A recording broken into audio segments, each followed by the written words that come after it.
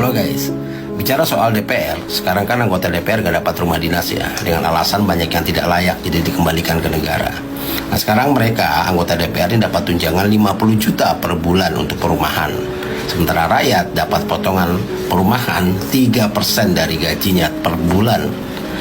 Ini apa bisa jadi ya, potongan gaji 3% dari rakyat ini untuk tunjangan perumahan anggota DPR ini. 50 juta per bulan, 600 juta setahun, dan selama 5 tahun bertugas artinya 3 miliar. Ini baru satu orang saja. Nah, bayangkan dikali dengan jumlahnya gitu ya, anggota yang ada gitu. Dan sekarang mereka masih minta dinaikkan gajinya dengan alasan supaya tidak korupsi. Dan saya yakin kebijakan soal perumahan ini akan menjalar ke bawah nih. Gak cuma DPR, DPRD, kabupaten, provinsi, kota, semualah pasti akan menerapkan hal yang sama dengan variasi yang berbeda. Ini berbanding terbalik dengan apa yang terjadi di Swedia ya. Di negara itu, Swedia tidak menawarkan kemewahan atau keistimewaan bagi para politikusnya.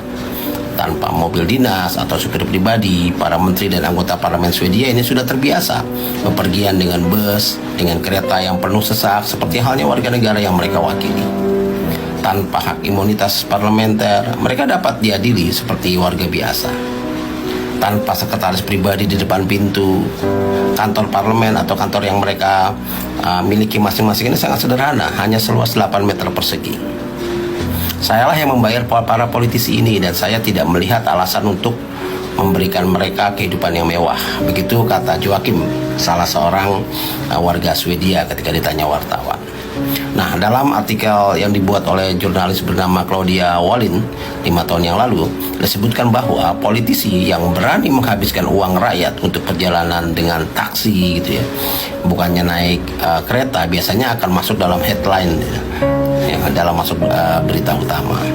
Bahkan ketua parlementer Swedia menerima kartu untuk menggunakan transportasi umum.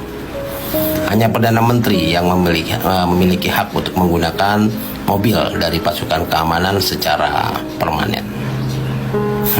Nah, kalau kita perhatikan lagi ya, anggota parlemen Swedia ini hanya tinggal di apartemen kecil di ibu kota gitu, di mana mereka mencuci dan menyetrika pakaian mereka sendiri di binatu umum gitu ya, itu laundry umum gitu ya.